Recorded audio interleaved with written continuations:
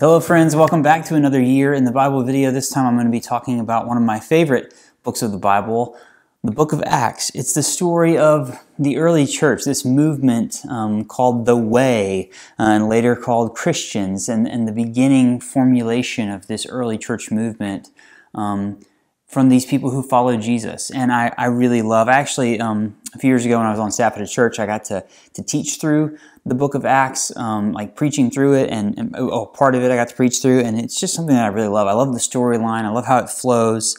One of my favorite things about Acts is that it's just so well constructed. You probably know this, but the writer Luke, who wrote the Gospel of Luke, Acts is the second half of that. It's almost always seen as a two-part volume, Luke, Acts. I shared in the other videos, like, I wish that the Gospels were ordered so that Luke and Acts flowed together immediately, because it really does read as one long narrative. But Luke just does a really great job of organizing this text, and it's like it's so well structured, right? So for example, Jesus in verse 8, he says, "You will be," chapter 1, verse 8, Jesus is still there. He's gathering, obviously, speaking to his people, telling them the Spirit's going to arrive. And he says, "You will receive power when the Holy Spirit has come upon you, and you will be my witnesses in Jerusalem, and in all Judea and Samaria, and to the ends of the earth." And those three places, Jerusalem 1, Judea and Samaria 2, the ends of the earth, that's kind of the structure, the outline that Luke follows through the book of Acts. These first few stories are happening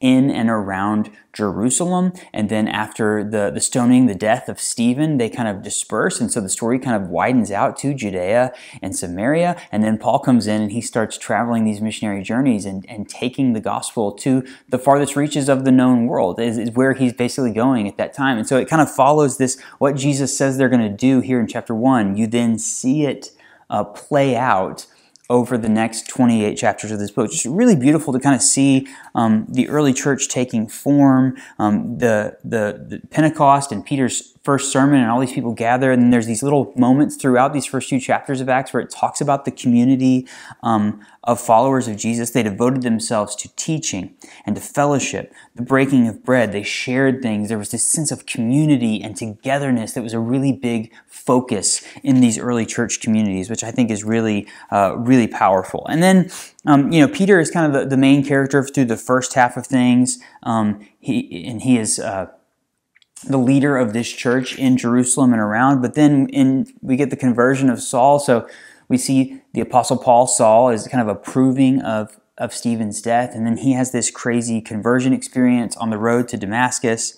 And then we jump back over to Peter and the story of Cornelius, where he goes to Cornelius' house. I thought that was really powerful to just... This story takes a big turn. A big part of what Paul and Peter are figuring out in this early church movement is this just for us who are Jews, or is this for everybody?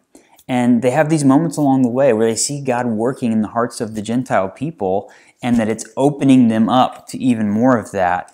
The crazy story with Peter being delivered from prison, that's kind of like, you notice at the end of Peter, he kind of escapes from prison, and then he goes kind of into hiding, it seems like, right? He tells his disciples, his followers, not his followers, Jesus' followers in Jerusalem, hey, I'm okay. But then all of a sudden the story shifts, and Paul becomes the main character. We read about his missionary journey. So he goes once into kind of Asia Minor, Turkey region, and he goes back into there in Greece, and then he continues going even further the third time. And it's really cool just to kind of see all of these different back and forths. And then what I'm excited about is then to, as I read these epistles from Paul coming up, to kind of go back to Acts and to kind of read about the it's like when I get to, Philippians and go back and find the place where, and in different churches that he started, to go back into Acts and kind of read about his mission journey there.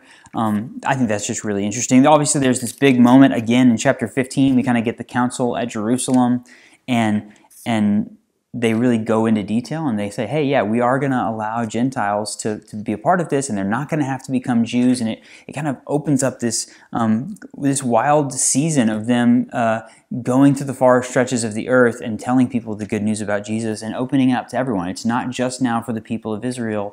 God is expanding this, right? And Paul's going to spend a lot of time in his letters talking about that theology. I think about Romans and Galatians and places where this is going to become a big part of his message. But yeah, I love these stories. And then it kind of goes crazy with Paul at the end getting arrested and standing trial and all these conversations with the different political leaders and governmental leaders, and then making his way to Rome and the shipwreck and all that stuff. It's a really wild story, and it moves pretty quick. So my experience with just reading this, I kind of found myself sucked in a little bit. I think I read Acts in a total of like 3 or 4 sittings, and it's a lot of different. It's more, I'm going for 3 pages a day, but I was just getting into it, and I kept flowing.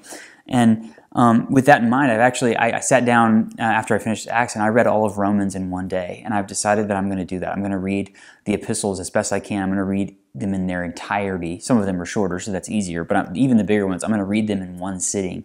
And try to just kind of get the big picture of it. And part of that is because I had so much fun reading in Acts. So, yeah, I love this early story of the church. I love that Luke is giving us a lot of specific details. I don't remember where it was, but I noted there was a moment where it goes from third person to second person, and it says we, and I think that's supposed to be where Luke kind of enters the story. I noted that. Yeah, it's kind of a page turner. It reads a little bit like a novel, but it's the history of the early church, which I think is really cool. And so, big picture, we just see these people who are really passionate about their faith in Jesus, really passionate about the community that they've become a part of, and then trying to just like tell as many people. And when they get thrown curveballs, they move somewhere else, and the thing continues to expand.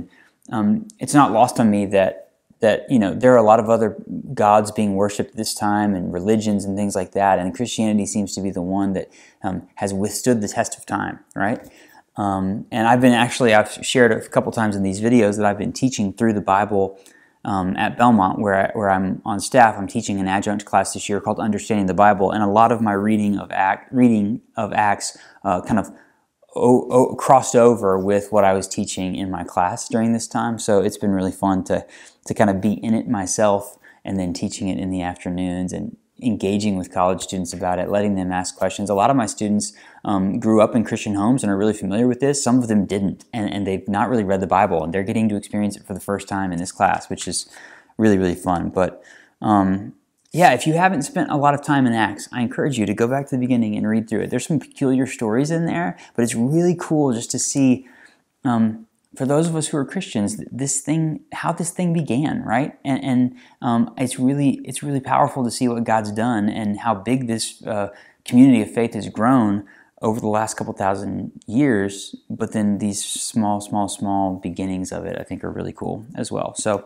yeah, that's my reflection on the book of Acts and reading through. I'm really enjoying this. Like I said, I'm going to try to pump out some more videos. The time I have left this year with doing the Christmas giveaway and things like that, I'm going to have to get creative with how I release. I'm not going to be able to do an individual book of the Bible for the rest of the New Testament, but I'll put them together in little groupings and do some reflection videos on those as well. But yeah, if you've read through things in big chunks, I would love to hear your feedback on that in the comments. Like if you read through certain books of the Bible and just sat down in one reading, and the difference between that and kind of breaking it up into smaller chunks. I'm excited to explore that a little bit over the next couple weeks. So anyway, thanks as always for your encouragement, for watching these videos. I really appreciate it as I went through the Gospels recently, just the feedback and the comments and the dialogue we were able to get in here on YouTube. That's always really, really fun for me. So if you have any thoughts or questions, please drop those in the comments. I would love to hear from you.